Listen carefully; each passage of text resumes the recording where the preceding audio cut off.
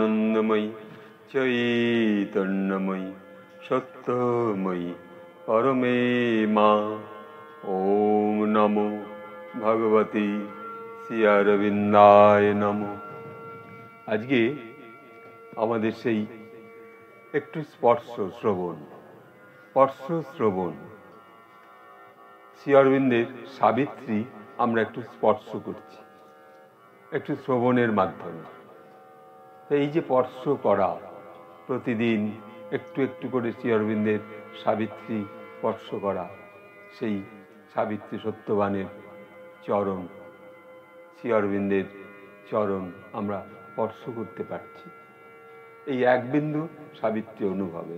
এখানে সাবিত্রীর দ্বিতীয় পর্ব ষষ্ঠ স্বর্গে স্বয়ং সেই আমাদের প্রিয়,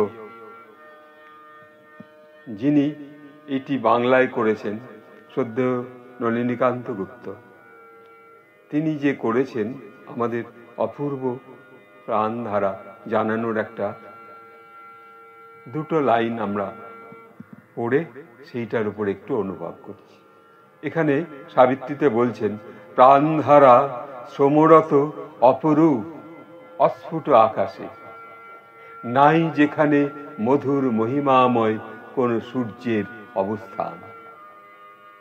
তাহলে এখানে আমার অনুভবে আমি চেষ্টা করছি যে প্রাণধারা, আমাদের যে প্রাণের ধারা, সেই যে পঞ্চপ্রাণ, প্রাণ, আপান, ব্যান, সমান, উদান, এই যে প্রাণধারা, এই প্রাণধারা নিয়ে আমরা কর্মেরত, শ্রমরত, সদা সর্বদা আমরা কাজে ব্যস্ত।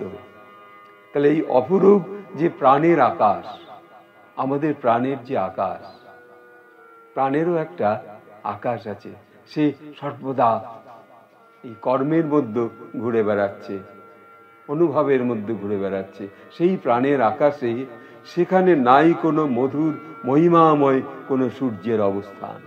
অর্থাৎ সেই যে প্রাণধারার মধ্যে, সেই কর্মধারার মধ্যে আমরা যন্ত্রের মতো মানুষ কাজ করে যাচ্ছে, কাজ করতে হবে, বারে বারে ঘাম ঝরছে, বারে বারে তার শরীর থেকে ঘাম পা পর্যন্ত পড়ে যাচ্ছে, কিন্তু সে ভাবছে, কখনো ভাবছে না যে আমার মধ্যে সেই সূর্যের জ্যোতি, সেই প্রাণের মধ্যে আলোর সঞ্চারিত, এই যে দীপাবলির আলোর সঞ্চারিত, যেমন দীপাবলিতে আলোর সঞ্চারিত সকল মহাবিশ্বে, তেমনি আমাদের প্রাণধারার মধ্যে সেই সূর্যের আলো প্রবেশ করছে না।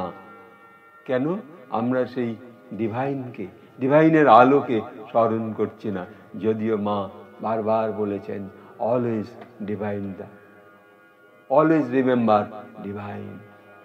তা এই যে এখানে অপূর্বভাবে বলছেন যে সেই সূর্যের অবস্থান কোথায়, অর্থাৎ সেই জ্যোতির্ময় মন কোথায়।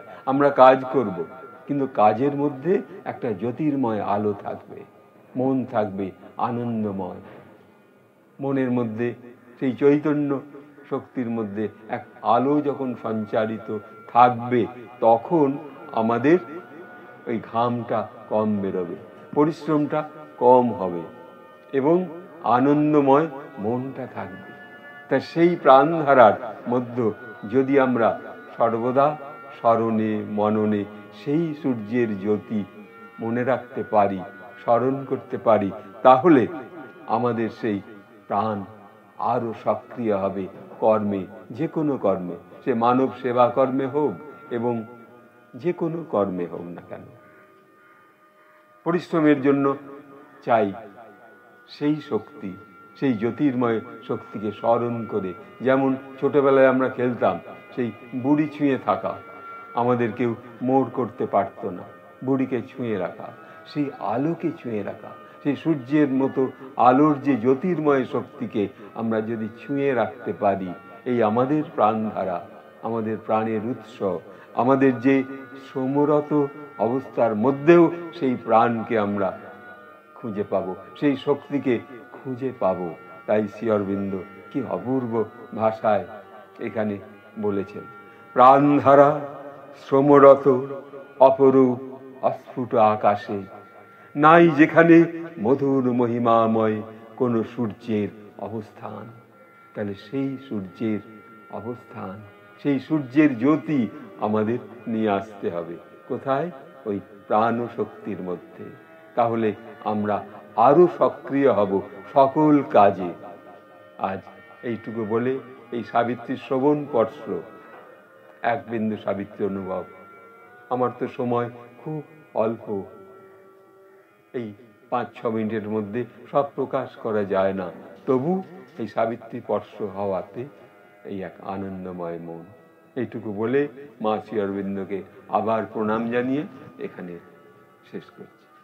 ওম আনন্দময়ী চৈতন্যময়ী সত্যময়ী পরমে মা। ওম নমো ভগবতী শ্রী অরবিন্দায় নমঃ। নমস্কার।